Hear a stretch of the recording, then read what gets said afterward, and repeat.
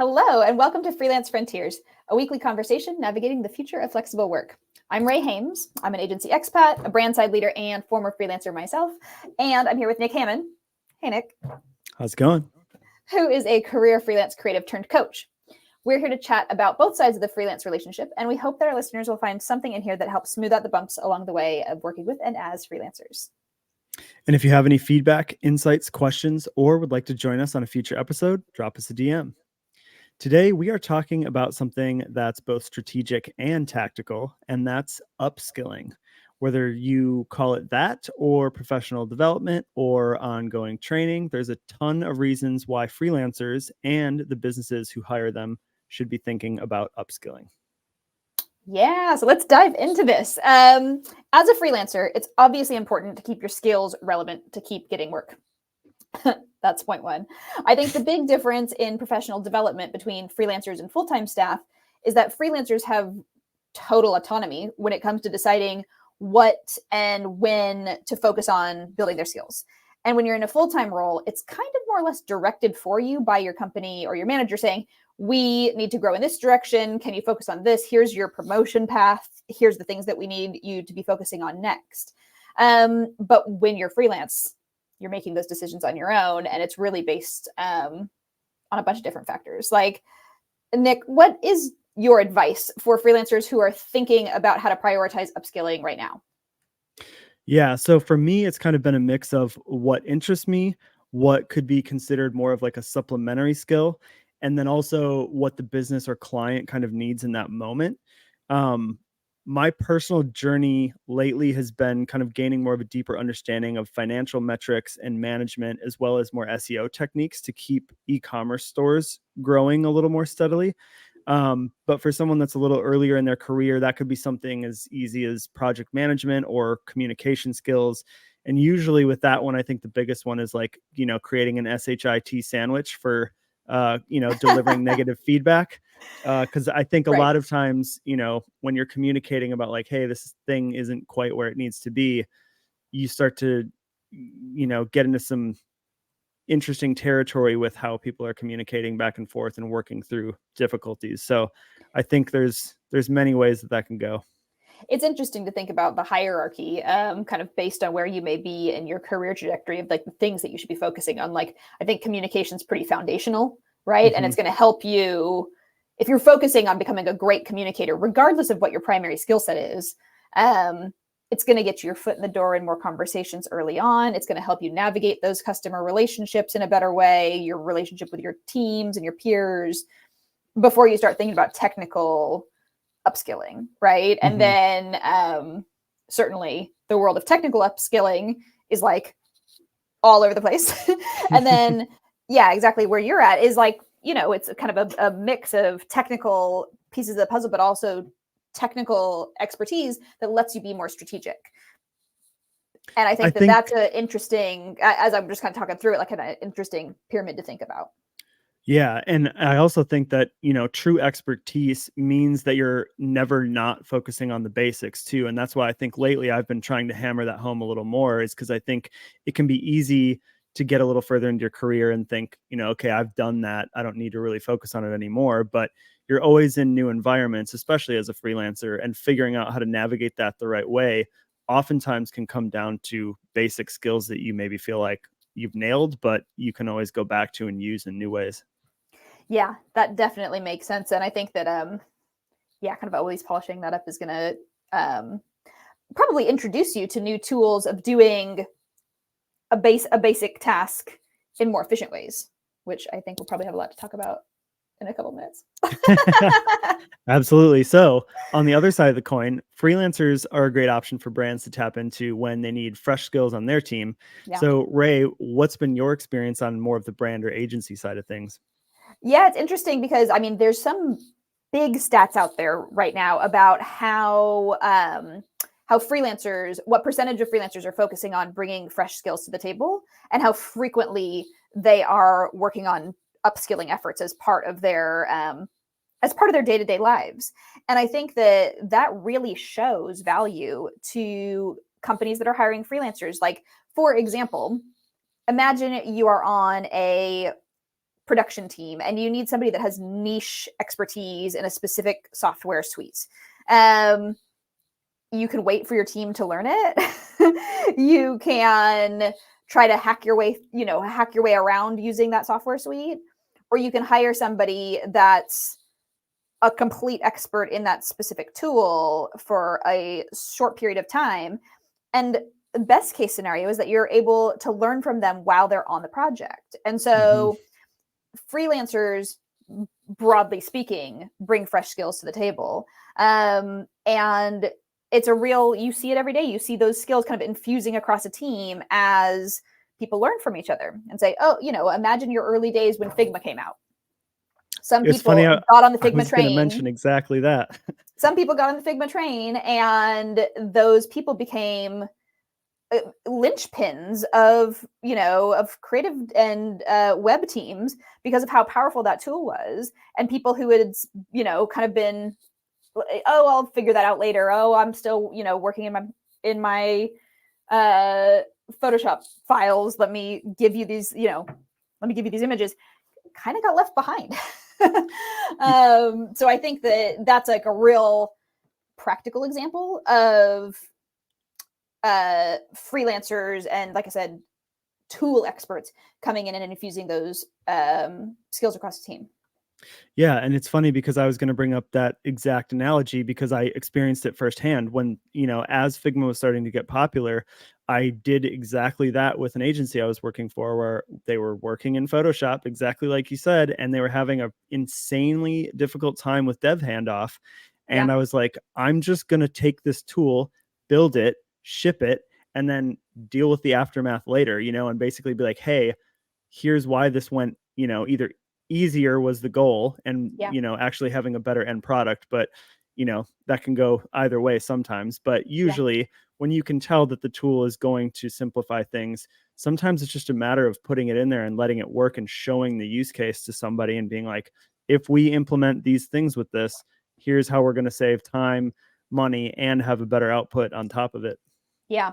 And I think another way that I've seen companies take advantage of just the breadth of upskilling abilities across freelancers is bringing them in as trainers, and not necessarily bringing them in to do a specific project, but saying, come in and teach my team about marketing automation. Come in and teach my team about SEO. We need a little bit of hands-on support on this project, but what we really need is an expert to teach us how to do this. And having somebody come in at that consultant role is going to be faster and more effective than putting my whole team through online workshops or putting the onus on them to go through self-directed learning. Like, I think that's a really effective way to bring in consultants and to use them in a way that is probably really satisfying for them. I know that when I've had very limited opportunities to say this is how you do brand strategy, it's really fun for me to teach that. And it's just like teaching somebody anything, language, math, anything. It reinforces your skills to have to be able to verbalize how to do something. So I think that's a really mutually beneficial way that brands and freelancers can work together, that everybody's benefiting from the effort that they're putting into upskilling. Yeah. And I think even, within a traditional 9-to-5 role, I think you can champion some of that stuff yourself by coming to the table or to conversations with hey, I tried this. I feel like this thing could, help in some other way.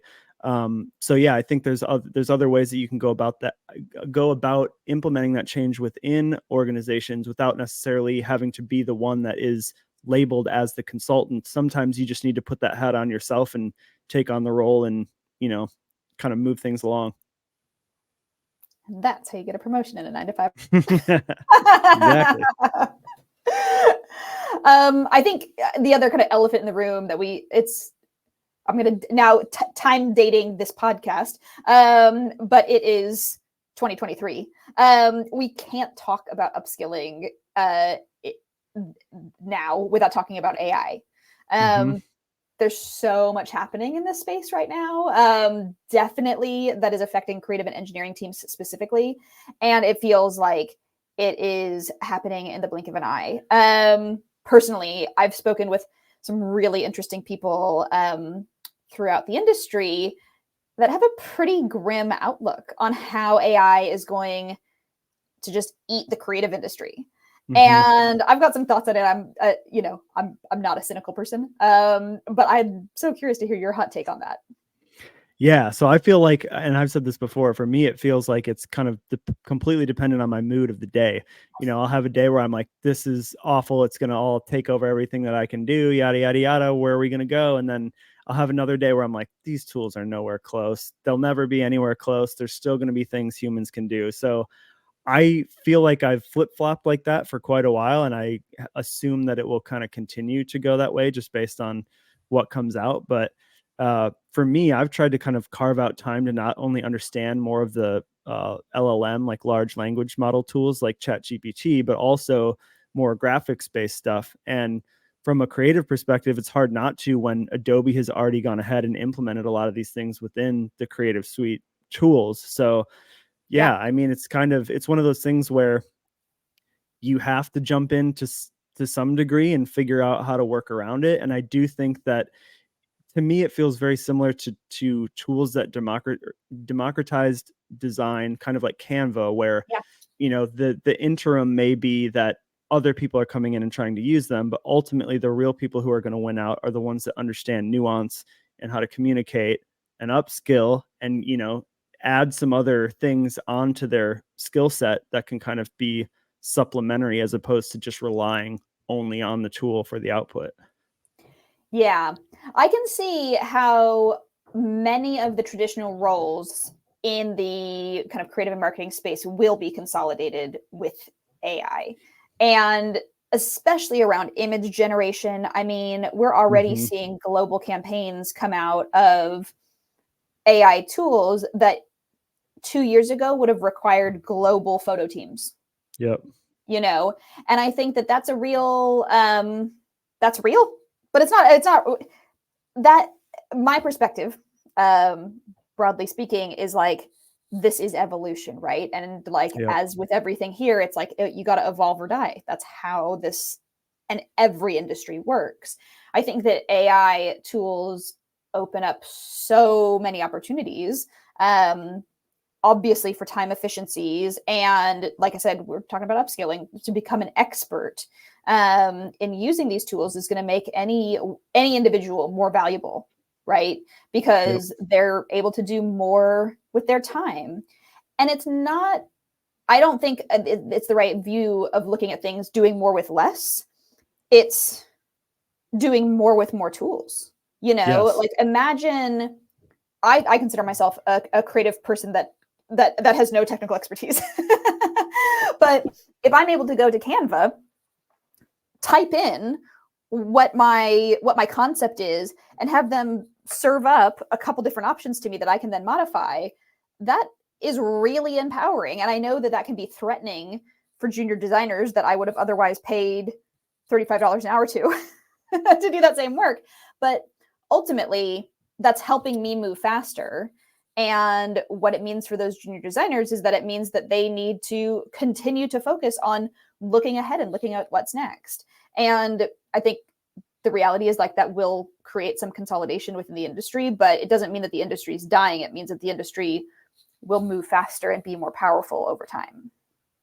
Yeah, and to that point, I think, at least in my head, and this has yet to play out, but I think that there's only so fast that you can move, and ultimately, I think I've continued to come back to things can only really move as fast as humans anyway. Like you may be able to outsource a lot of these creation things to AI, but in terms of how the business is run, it's still reliant on humans. So you could get ahead of a lot of, this crazy output and have all these different types of assets for ads and the whole nine yards. But I think at some point it kind of comes back to like, what do you take and what do how do you move within it?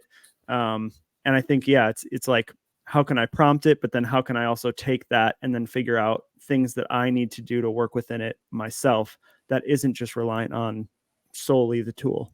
Yeah, definitely. Definitely. There's so much more I think that we will continue to see with AI specifically, but I think bringing it back to the concept of upskilling, just as we were talking about the importance of how it's part of your kind of everyday focus as a freelancer of like where and what do I want to be learning next. Mhm. For brands, how do we use flexible support to get access to niche expertise or niche education? I think is a really interesting piece of the puzzle. Yep, absolutely. I have no other thoughts there. Well, another great chat. I appreciate this. For our listeners, if any of you found this useful, or if you just found it, you can follow us here and over on LinkedIn for more tips on how you can get the most of working with and as freelance talent. Thanks, Dick. Bye.